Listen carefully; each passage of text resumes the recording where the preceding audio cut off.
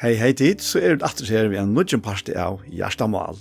Og vi Anja Hansen, som teker opp og redigerer, Ronny Pedersson, som teker seg av Ljøvenon, Paul Fære, og jeg selv, Daniel Adol Jakobsen. Og Gjerstamal, det snur seg om at hva ligger overast av okkara hjärsta, og i det, bant nå, så jeg får spørre Paul om det. Det var just kvalitet da jo. Det var så denk som løyka opp han ekka som var lagt ut. Her av Facebook, ja. Og det kommer fram et her, det gammalt, og har det kanskje til de første togene, og Jesu tjeneste av Facebook, ja. Og at det sendte messenger til en bestemt person. Sjøen herrens av okkon hin øyneste ratta, og gjør underversk. Ta vi få som og sjøen av okkon som han. Tog ta kjennest, tog ta kjemur øysene, herrens oppfætan okkon til gåar, at han hatt at vi færre at handla som han huksar. Ja, det var godt. Ja. Og i samband med det at det leide ut, så kom imiske reaksjoner, og heter en av ungar syster i herranon. Og i Daniel 12, så sier han ved meg, attast ikke Daniel. Fra første dag tog gast hjertet til å løyte etter å skilja. At løyte etter å skilja. Ja. Og til at jeg må ikke til for Arsson Guds tøns. Åretøyne i hardt, og åretøyne har vært gjort at kom. Det sørst. At i Daniel 12. Og jeg husker om et her i Daniel 12, hvis vi for lydsindre noe i teafist, da. Og mengan har vi ganske hårdt til å si at det ikke noe som har skal til akkurat tog i. Men alt i år da skriver akkurat til lærdom. Så vi taler og trøstene som skriftene djeva skulle ha vevn. Og jeg tenkte om det her som Daniel var utfyrt her. Det sjøvnen han ser, og han sier her i kjente verset, og Daniel var en øyneste sjøvnen sa. Mennene i vimmer var og sa han ikke, men stod rastla fattla tøyr, og tar rundt og fjalte seg. Så at jeg var ønskemadler etter, og ta jeg sa hesa veldig i sjøvn, miste jeg atlan mått. Anlitt mot skifte lit og var lykbløkt, og ønsken med jeg var etter øymer. Så har jeg ljavi av tale hansara, og ta jeg har det ljavi av tale hansara, fattle sansaleiser fram etter rommon, vi anlitt noe mot hjørne. Ta falt i hånd, og i nevn vi med. Hon hjelte meg opp, så jeg skjelvande la av knøvun og hånden. Og han sier vi med Daniel, til størrelig elsker jeg med vår. Akta etter årene, og jeg ferdig taler vi til. Og røyse opp, for nå jeg senter til troen. Da han sier dette, hvem røystes det skjelvande. Så sier han hvem øttest ikke Daniel. Fra første dag tog gavst hjertet til at løyte etter at skilja, og til at jeg må ikke til for å være som godstånds.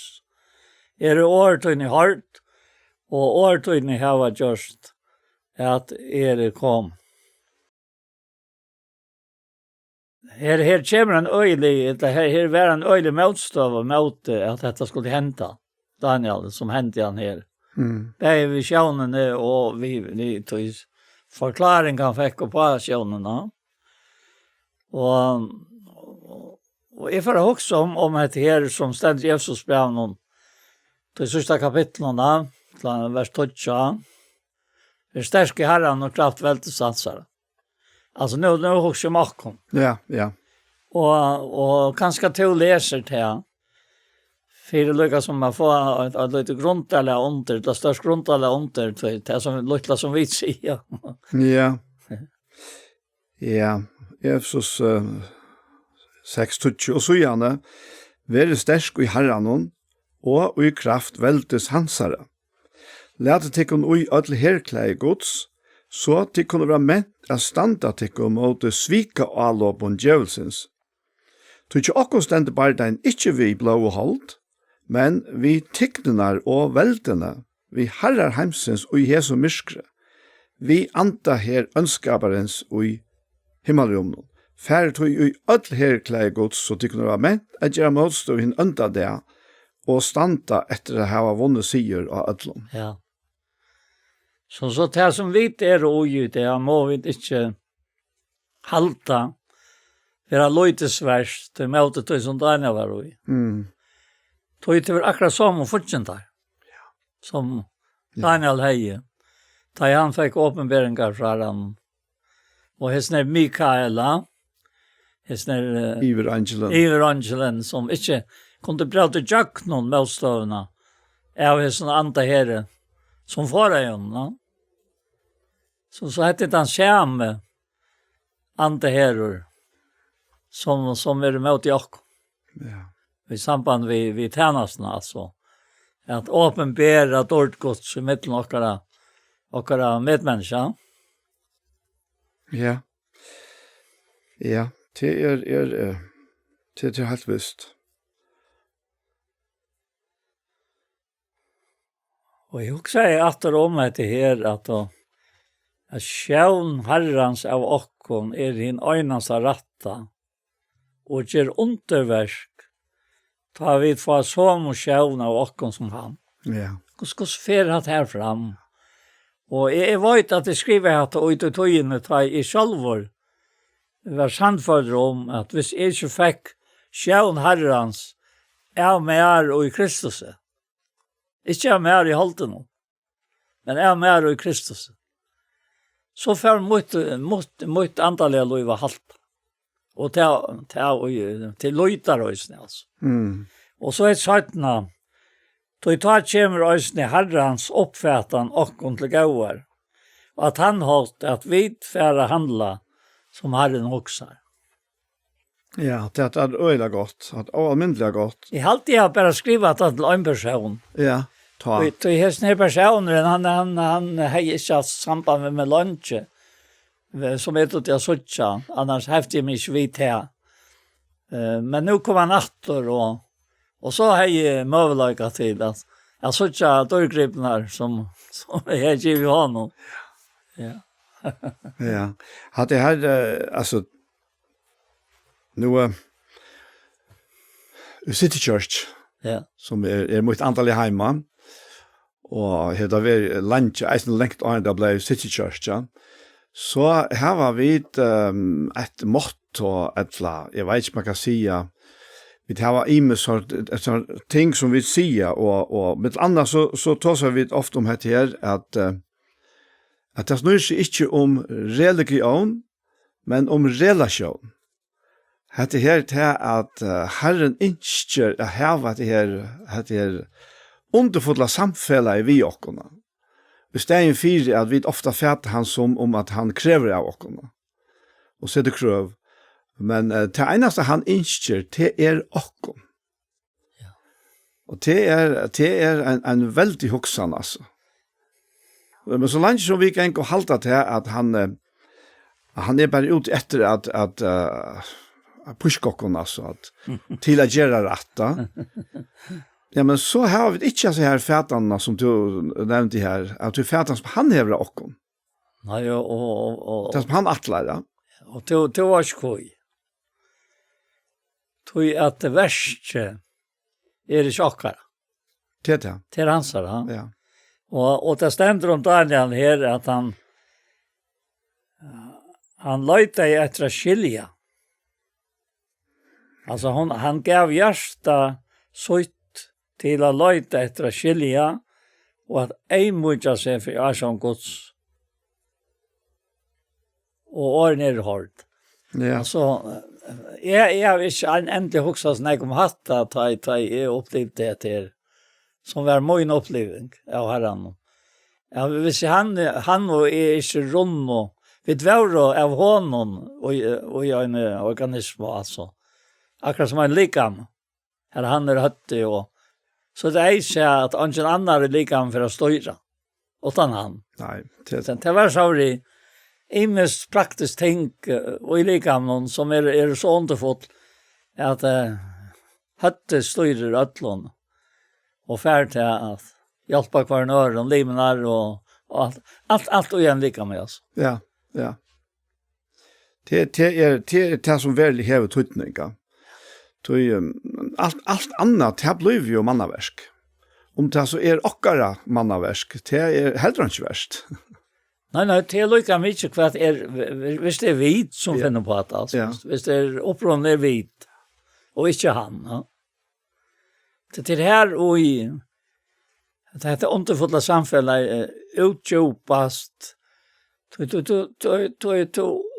Tröstan är när och han säger det här brevbram toucha till rättvismån ska leva av trick. Ja. Och 16 tog så är salmen inte stockat lansar. Så allt 8 trick. Ja. Är rätt. Det är sant. Alltså det är lite den ännu i. Ja. Och det har varit ösnen så att Haimon här och Iva Borg. Kristen och honom. Trofasta. Ja. Ja. Det var en lichel som var trick. Akkurat, ja. Nämligen. Och han kunde lätt alla horar upp. Ja.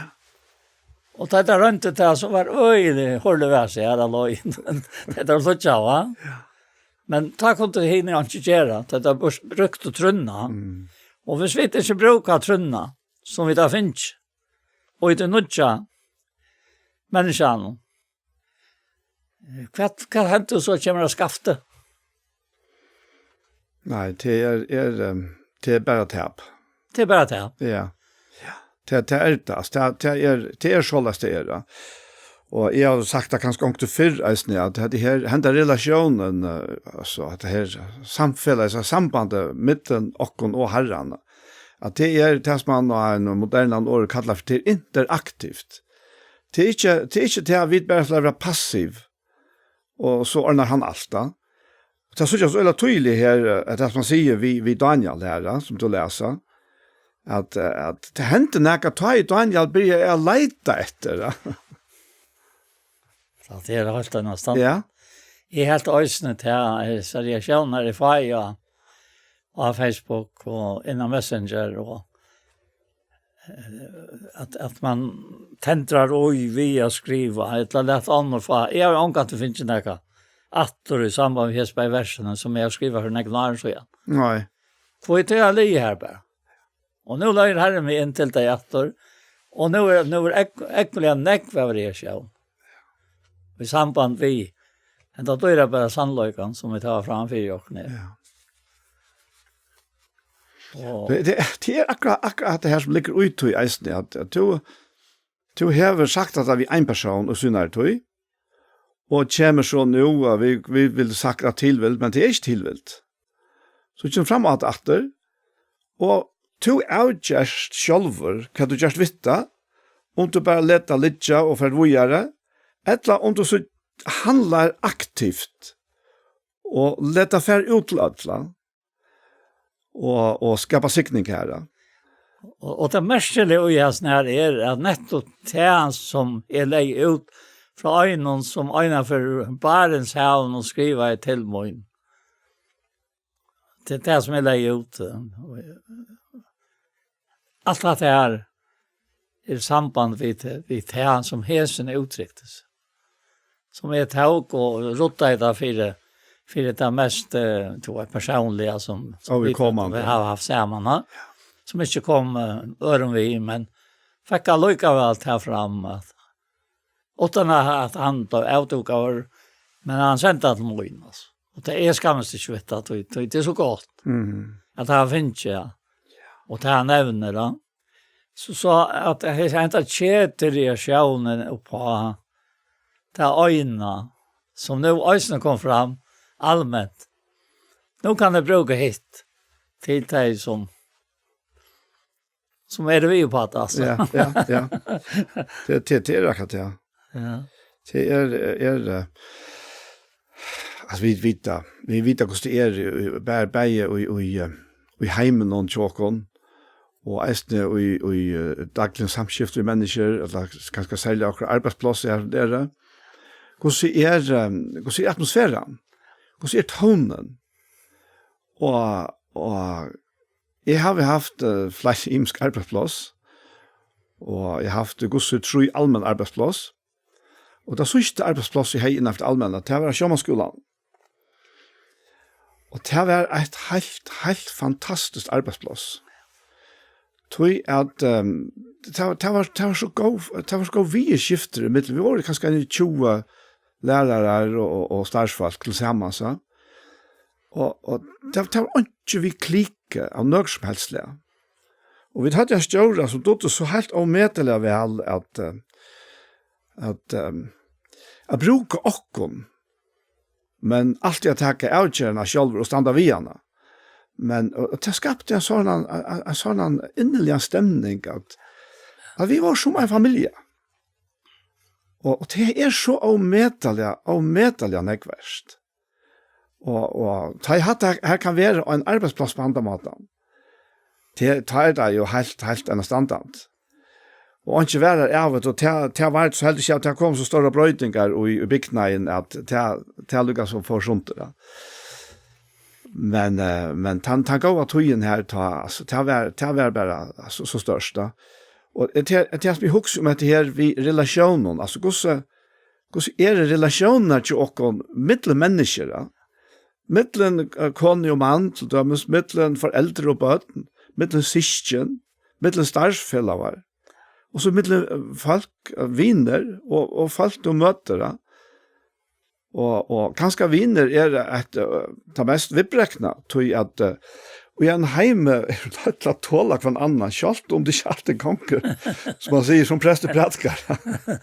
Jag minns det vi för så repta oss då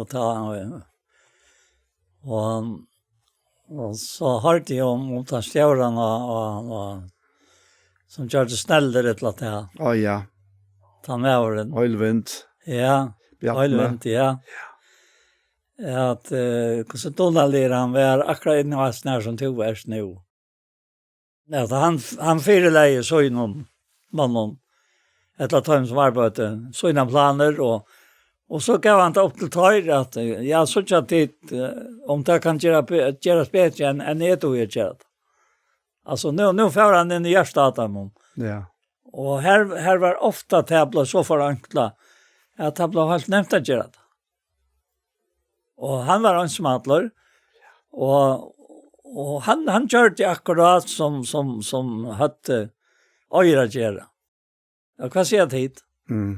Efter vi är på det här och alltså att det öra märkligt vi har sån här att ha sån här systemen och jag blev så imponerad av att jag hörde det. Jag hörde det förklara.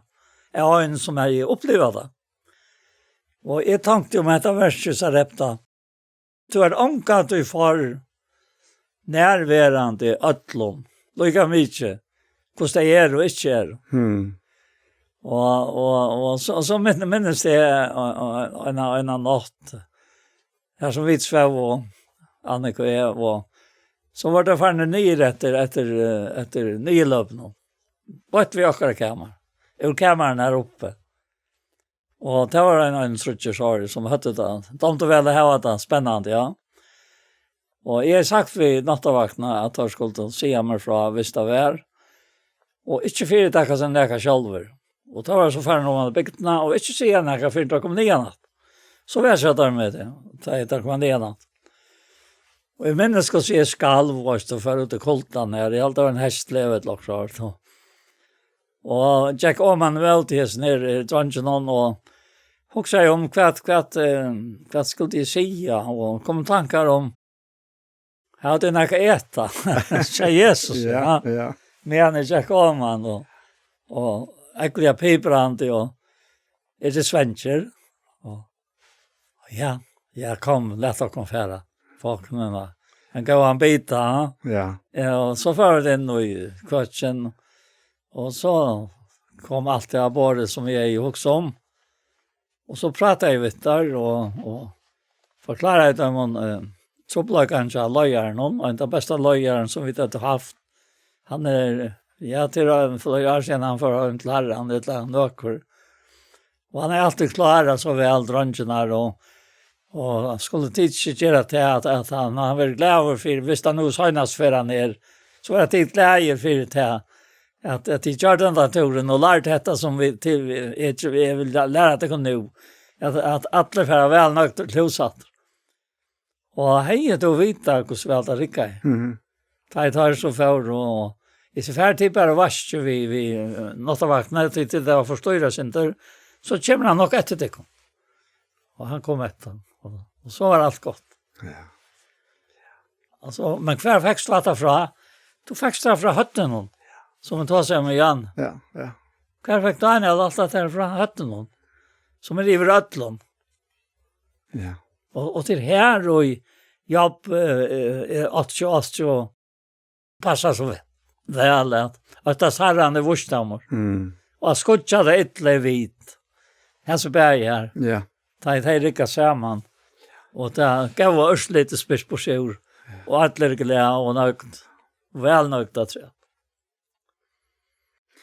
Ja, alltså till bara så att vi också kanske mer att ta det maskiner och så att ta i akkurat inte viskar i en maskin eller ett landa.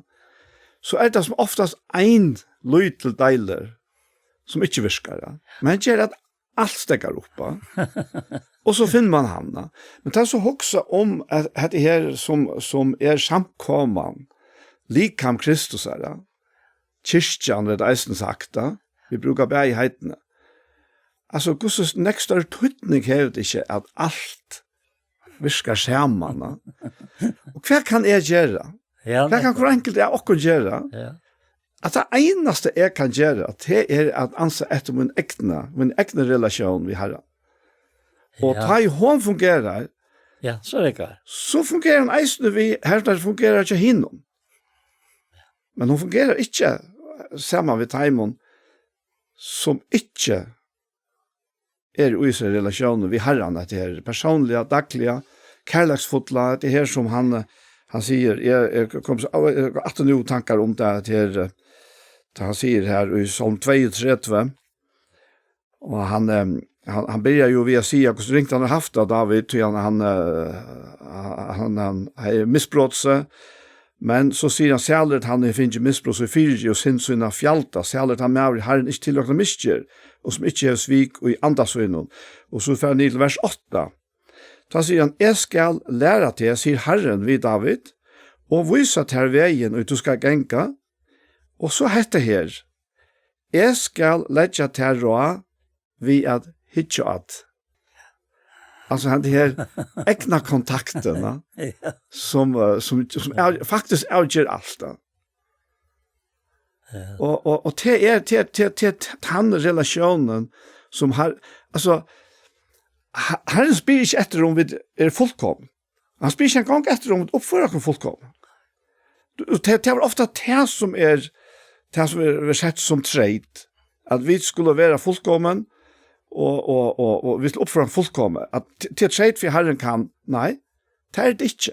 Men han sier allikevel at tid er fullkommen, du er fullkommen. Ja, det fungerer i relasjonen. Ja, vi han. Ja, akkurat. Det er det som er. Ikke skjøttan. Og det er ikke omgang til å fungere herfra at vi røyner at gjør oss fullkommen, for at vi så halte, så nå kan han bruke oss. Altså hvis han skulle bøye etter till vid våra till folk som vi själva vill halta. Ja men så tog ju ungefär vid var det av ettlig år vi kom här till. Ja. Men i relationen vi har och just det här egna kontakt samfällan vi har. Så är det han som färd tingen jag viska och jag nog. Ja men här som vi låt så Daniel touch va. Ja. Är Daniel var en öjnast i situationen. Vennene i vemmar var og sauana, ikke.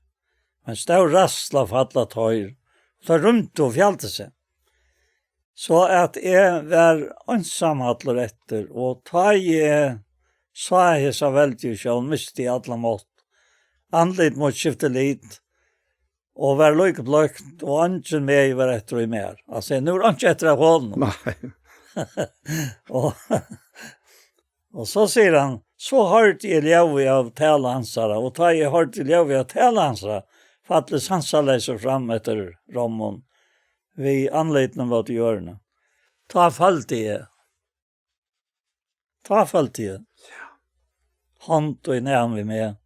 Hun hjelper meg opp, og så skjelvande lag knøven og hånden, og han sier vi med Daniel, til størlige elsker jeg med over.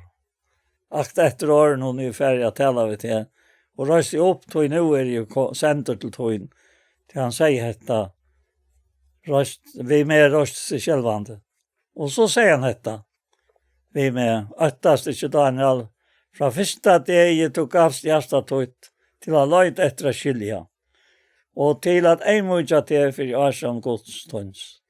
Årtøyne hardt, og årtøyne har vært gjørst at kom. Ja. Nu er han her. Ja. Og dette her minner meg også av Salomon, da han var mjuk for god. Og Herren bjøver jo om nasjonen og alt. Treit av lest, altså. Øysen rydst da. Ja. Ja. Ja, det akkurat det, og vi stande her som det virkelig verlag, så det vi et enkelt individ. Ja. Og i en større halt. Ja. Men hvor enkelt av okkona? Jeg husker om vi kunne kanskje teacha det her i 4 Korint. Og i 4 Korint 12. Ja. Og her som han sier videre inne i hva som fyrre, her som han sier at du er ens og lika med eit. Eller når man tenker verset frem og undan, han ikke nevner alt det som her. Alt dette virkar hin ene og samme ante, som etter vilja synon, byter einon og kvarjon 4 se. Her sykja vi gos det enkelte. Men så sier han, du er ens og lika med eit, og hever nekvar limer. Men alle limer likamsens undersår nekvar, tau og eit likam, så eisene vi Kristus. Tog vi einon anda, var vi öll døpt at vera eit likam. At det så sier at det landamal og i likamon, til det at vi døpt av samme anda. Anna kvarst vi nu jøtar, eller grikkar, træl eller frals, og vi har öll finnje ein anda at drekka. Likame jo heller ikke ein limer, men nekver. Om fotren ville sagt, ta ikkje i hånd, høyre ikkje til likame, så høyre han lukka vel til likame 4.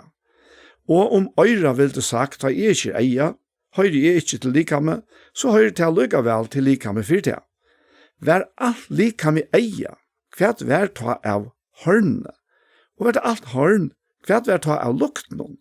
Men nu hever God sett limenar av likame kvann fyrir seg, såles som han vilde. Vårt nå alle ein limer, hvert vær ta av likamnon.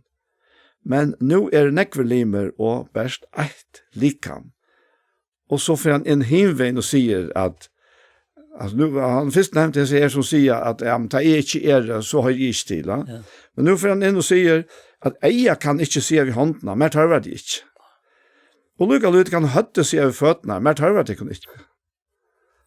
Ja? Det alt en standard. Ja, det jo samme Herren som har skapt dette likam som vi jo i, til at vi har her, og som så helt avmetalet som det viselig av sammensett og fungerer. Det var tøyer hver og man rønte at som visende folk kan si at det var sånn og likam som ikke som anker 90 hei, som ikke stod til nækka. Og der hadde jeg visst tal av limon og likam noen organer som satt om. Men til at talet minkai og minkai og minkai. Jeg halte til endans var bæra blindtarmen etter, og han ville helst slippe fra av fjerne ut det, utan slags nei ut det. det är så gott sett samman, att det fungerar så gott. Allt har funktioner. Och detta här, samma lukta så vi till andra jag likam. Men det är öligan fortsätta. Allt satt lov över öligan fortsätta. Ja. Och ta vidare vi för det är. Det är akkurat det. Så ter vi pura gröjer iver. Och tog i halt är det här och Efesierbrev 6. Säger mer så jag har alltid fallit det här motstånden alltså, som märkliga. Ta i Herren är ute efter att han börjar ofta vilja tolja Herren och på sitt verk personliga vi tär, eller vi med, eller vi anjo, eller kvartan och er. Och fyra röjkar, alltså. Och det märkligt har han fyra röjkar. Det arbete som tar öjne limren nu skall ut inna. och i likamen alltså. Fyra likamen. Ja. Och jag märker undras över reaktioner i man själv alltså. Det är inklusive till vårt då att ha snära sjukor och så reaktionen att öliga märkligt att uppleva men det löjer alltid till det rätta urslite allika väl. Och särliga motstånden gör det att det upplever nästan sansaläser av som Daniel. Ja. Ja, motstånden alltså. Måttläser. Ja, måttläser, pura måttläser. Och till att de måste bliva. För jag kunde. Det hade raivet här. Och det kan hända trutsa ferier. Alltså, det ena ferierna var trutsa ferier. Första personer.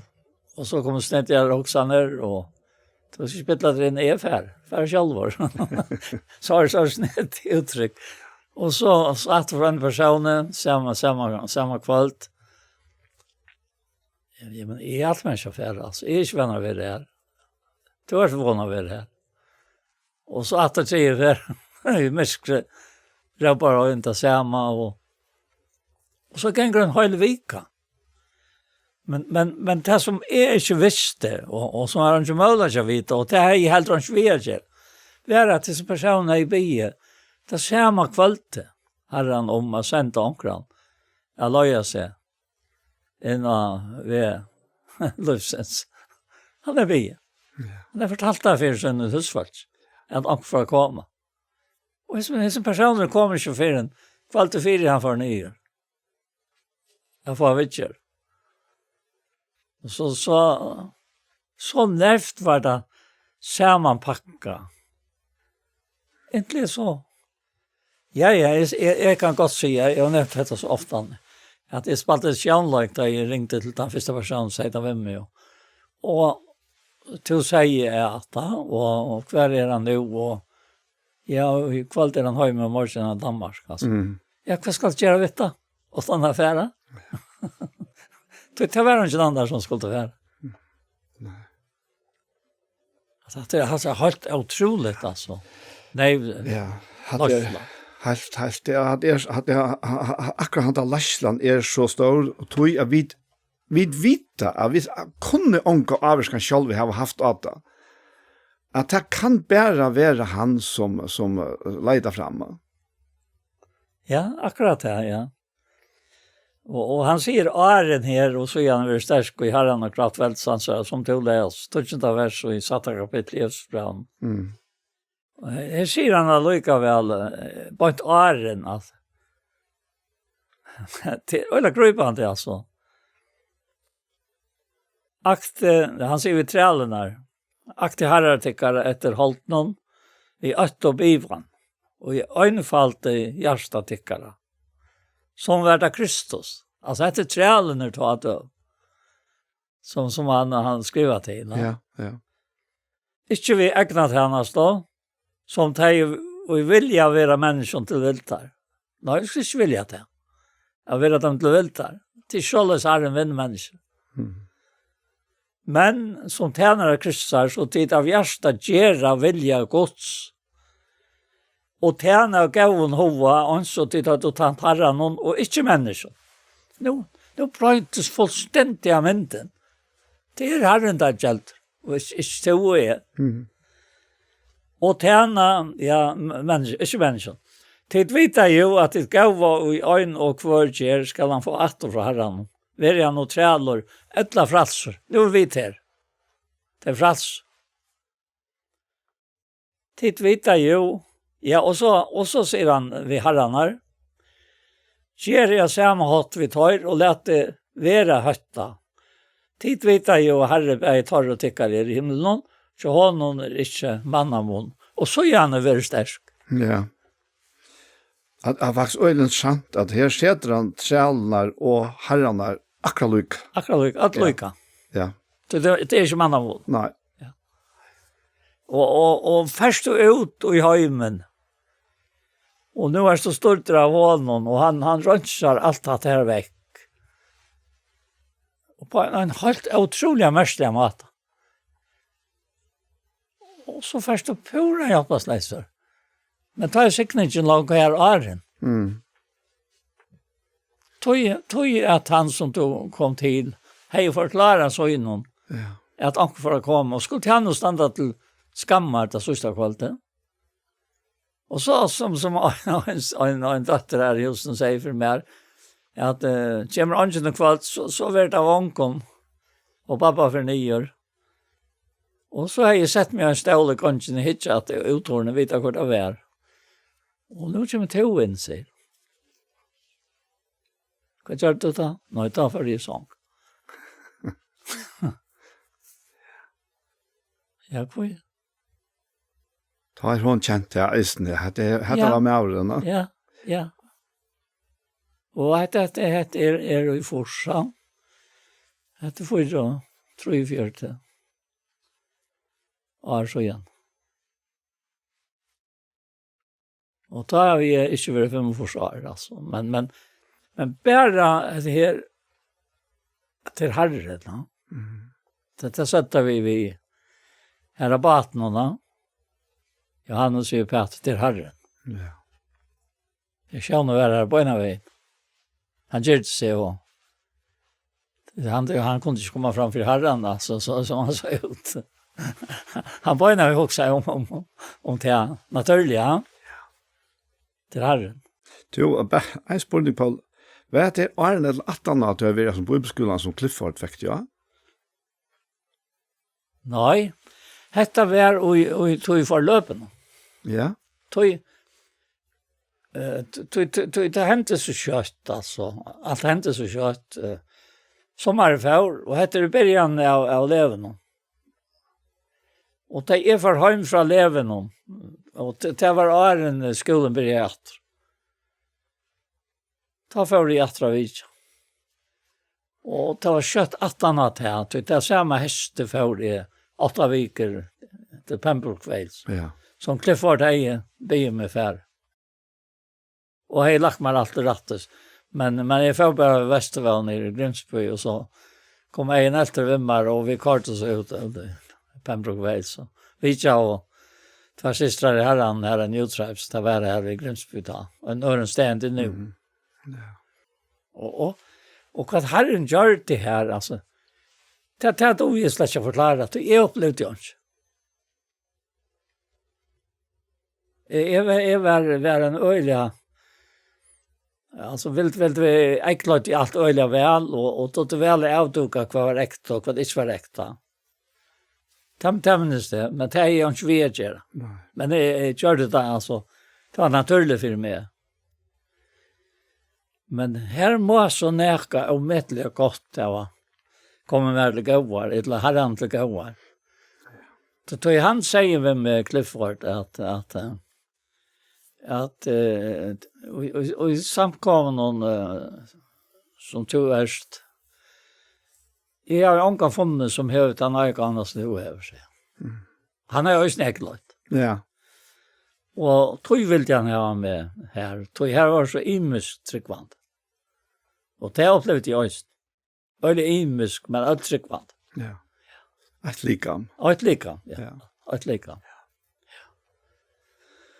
Så hvis jeg skal løse det her, så gjør det at vi tog som kommer 18 og har vært sterske her og kraft veldig sannsynlig. At nå har Herren lært meg at hoksa En jag här alltså om Löjvesammar. Då här är det mynta.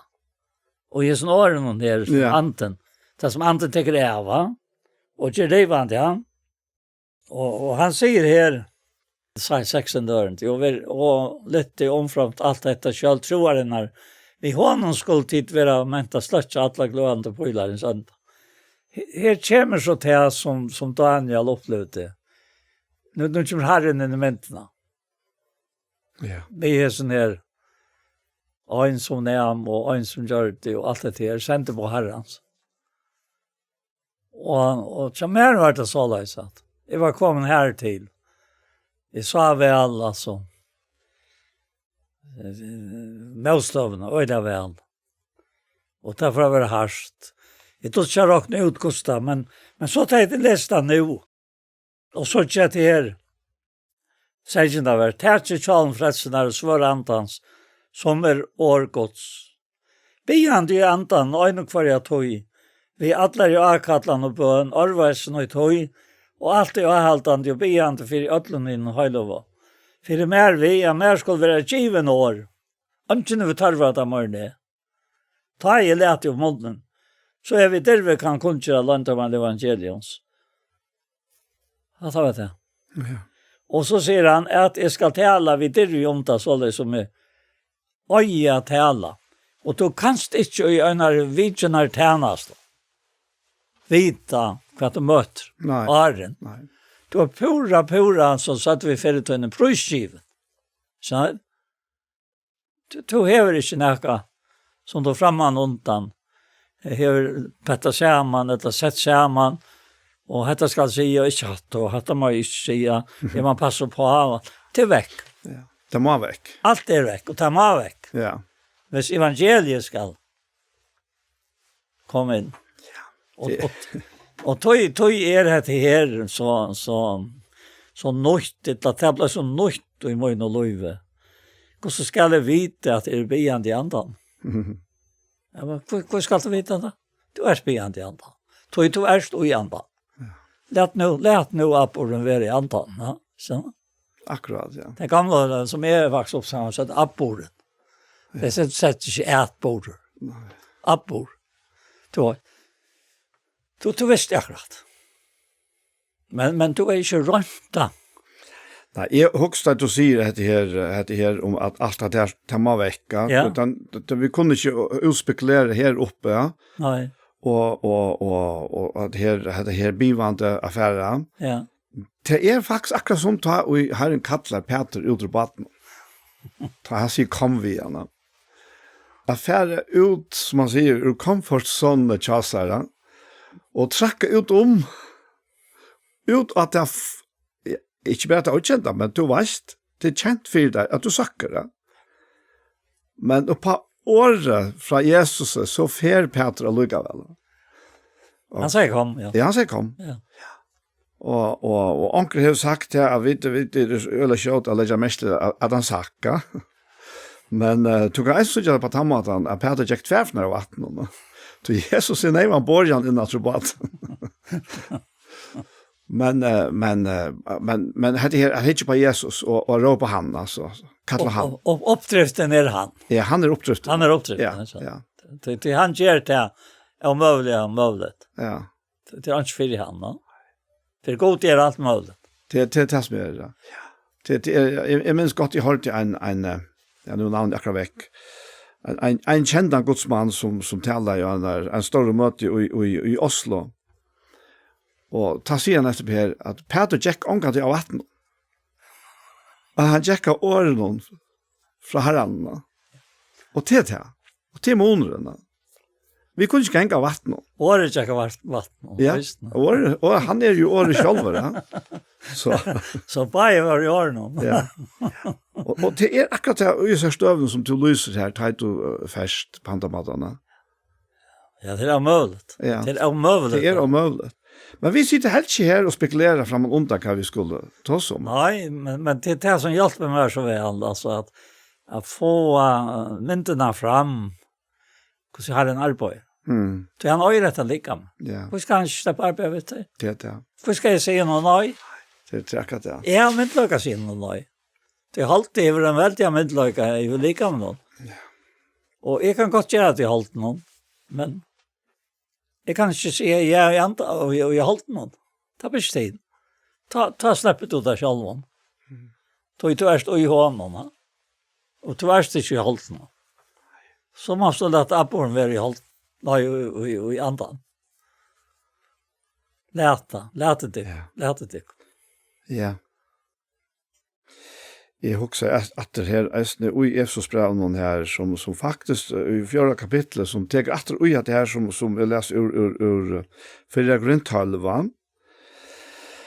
Her som han sier her, kan jeg lese her fra vers 11, at og han gav okkon nekrar til apostlar, nekrar til profeter, nekrar til evangelister, nekrar til hyrar og lærarar, fire et. Og kvui det, fire et, henne heiløve, skulle du være gjort fullkommen til tjenesteversk. Likamme Kristusar til oppbygging. Inntil nær? Jo.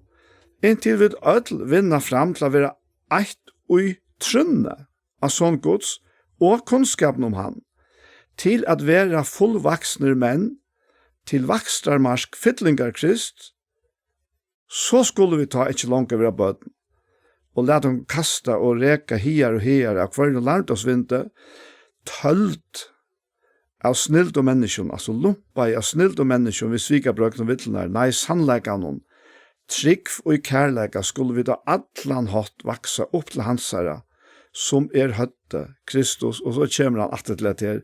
Så ut fra honom vil alt lika med sammanbundet og sammanknytt ved hver bandi og handjever, og såles vekser til vaksen som likam, til oppbygging og kærleika, alt etter tar virskan, og i tilmålt hver parste fyrir seg.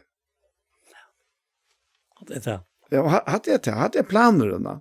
Att det är Guds plan. Hadde Guds planer. Mot det sa så Daniel, han slapp inte att huxa själv. Nej, det han är inte det. Jag kunde det. Och ungen åkare hevet och jag kan själv. Att lo i halten och jag kunde finna upp en ärk som takna skog. Nej. Det. Och hvis vi prövar på att och färra fram och i gott samkom och tandhått, så tackar vi bostor funktionen. Ja. Så det han lyst att öda jött. Ja, altså likame kan ikke fungere utan at det som en heilt. Det kan bara. Og ta i likame ikke fungerer, ta det akkurat ui, altså du husker det fysiske likame, så det akkurat ui likame som ikke fungerer, og så søker vi dere hjelp, og lakna vysen kommet øyla lengt ut det. Så jeg nekker at som var en større tropleidje for når favon og sjøene ikke tropleidje det. Så vi får långt efter så kunde vi ta till dömes penicillinet att det kom fram. Alltså hvordan folk ikke bare døye av lungabtense og så da. Men så kommer det her veldige frambrådet, og det fungerer. Men alt innenfor lakna vysen å få likam til å fungere. Å virke etter det.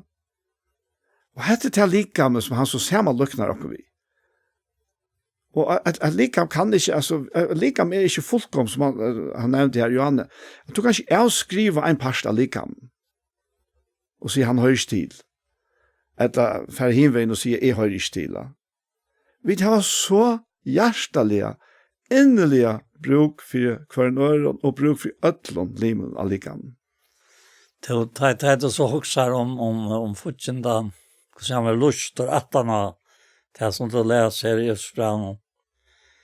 Det er kapitel 3, ja. 4. 4, ja. Ja, 4. Og her tok ast vi å lese.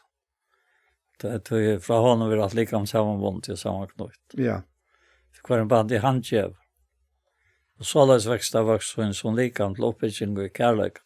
Alt dette står i virkene tilmålt. Hver en parstefyrst. Ja.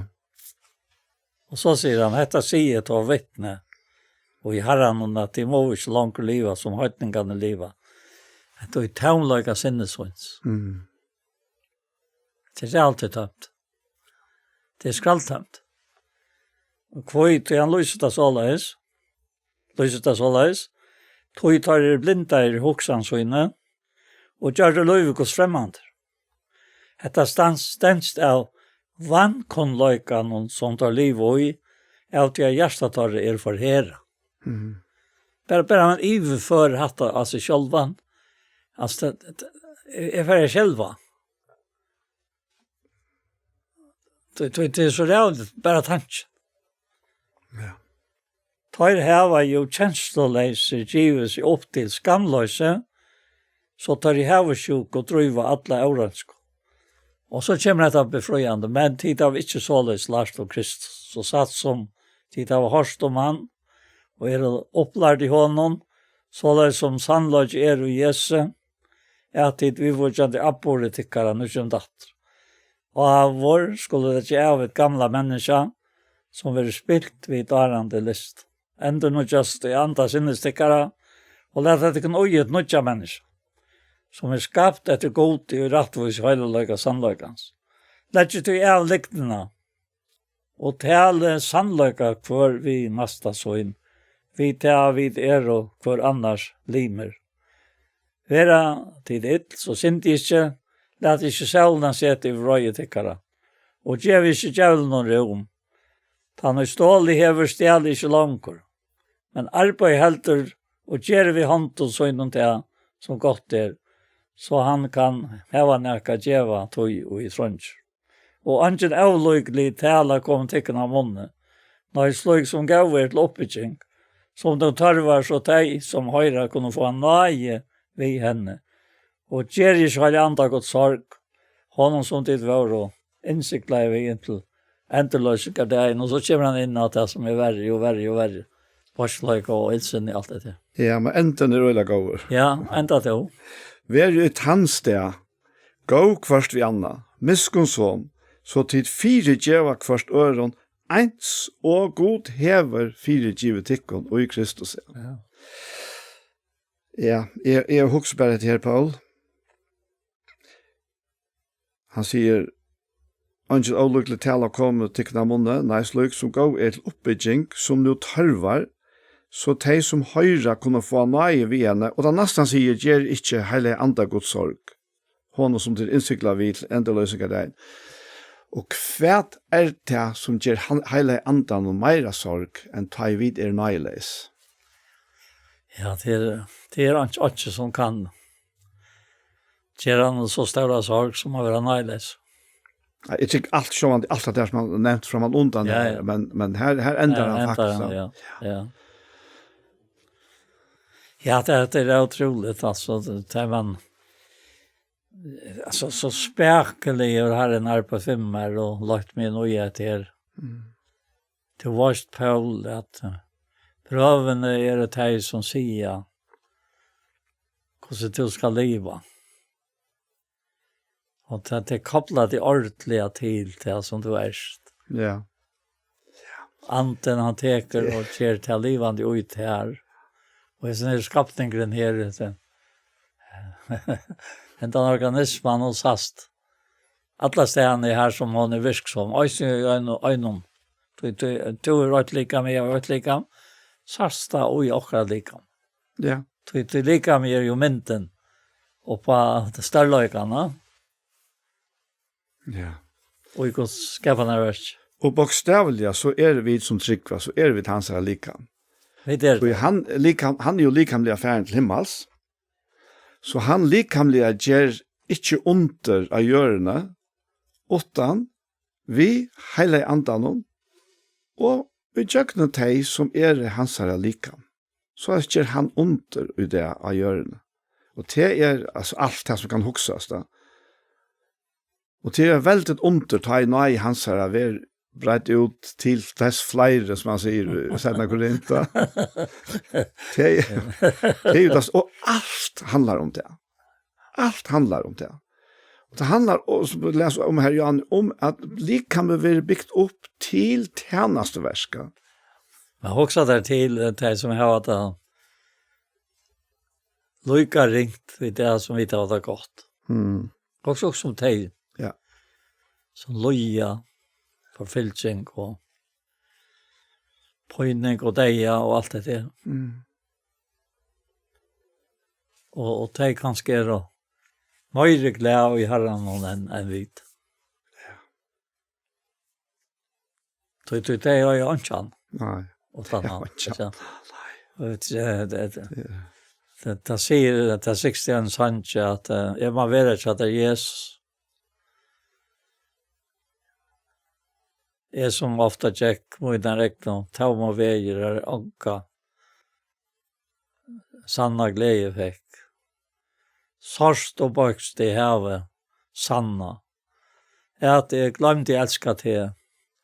Just att tojnar kärlek sändes trött och rosor och amor vi också där till. Ta glömma Herren. Byta till? Ja. Ja, jag som inte ber till han glömmer inte åkken. Nej, det kan han inte. Det är en otrolig troskap då. Om vi är uttryck så är han sikker til han kan ikke avnakta sig själva. Vi satt med han om och var kört i mitten sonen och Golgata och färgen i himlen. Ja. Det var inte annan till stegar och hej människa blandat sig på så är det inte värre en satt mal. Hej inte satt man det värre. Alltså att täcka och om vissa här i dig. Och täcka och om vissa här uppröstande. Kristus till uppröstande namn. Jesus till det mänskliga namnet. Kristus Jesus. Den skifter från Jesus Kristus till Kristus Jesus. Så vidare. Han är i kär, han är i snopp. Ja. Ja. Och han kommer åter. Ja, han kommer. Ja. Vad ska ta i rätt? Jag vet inte, kan du bara be en bön vid Jakob Paul? Ja. Gå färg vid det här så tacksamma för det. Jag har inte fått en äge till att göra sånt tack. Och när vi kan stämpa sitta här i samtal och i tär och om till och till nära och att jag kan snöjta detta värst. Och ge sig inte fått lite tjänast. Bäg och i sjön och i horn. Vad är det inte fått herre? Att han som inte ser, han kan höra. Och att han som inte høyrer, han kan søtja, og at han hatt lesa teksten. Herre, takk for det, hvis ikke fått løsninger når vi tar prøven og det. Tog noen ikke fått la lika med jeg gjør. Og som Peter sier, og han skriver at det er ikke fått her i 3 kapittel i sin første brev, eller 4 brev.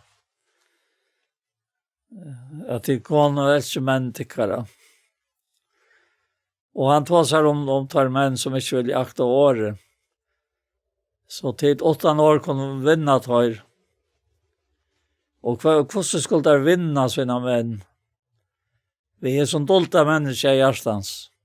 Vi er spek for å stille anta. Og et avforganselig prøye som er god til ekkelig at øyre barst. Og Herre, som andre øyne for seg i vimmet ta i ferdagsvien ta og i 42-43. At han visste ångan mann som er megna at vunne sine koner.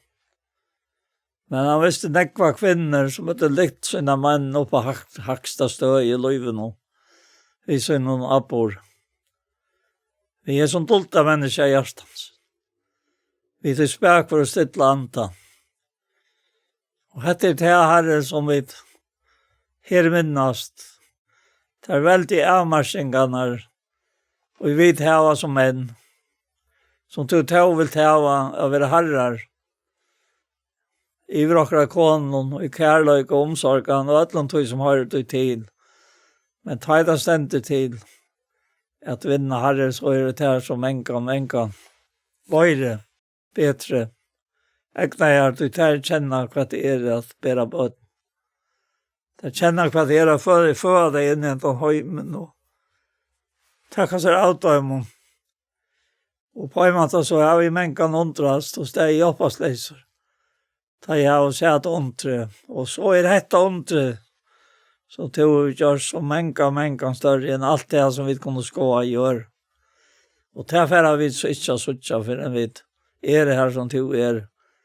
Og som Johannes sier, ja, vi skulle suttja til som du du tar for å vite hva det er, Loik. Og innenfor komst du og var okken Loiker, og så okken som vidt var, og tog okken vidt her i degen og i opprørsene, til å være tøyne og i alle ræver. Takk for det, og takk for salat, og takk for alt. I Jesu navn, amen. Amen. Så var det som pastor av Hjertamal kommer enda, og vi færre at takka for jokken, og vi som nevnt, Anja Hansen, som tek seg av opptøket og redigera, Ronny Petersson, som tek seg av ljøvenen, Paul Færre og jeg selv, Daniel Adol Jakobsen. Tusen takk for Jesper. Pastor av Hjertamal som har vært, her kan du finne av YouTube, og Iktus Sjønvarsp, og denne pastoren kommer så eisende være lagt her ut, og han kommer eisende av å være senter i Tjei, Kristelig Kringvarp. En annen affær. Tusen takk for Jesper.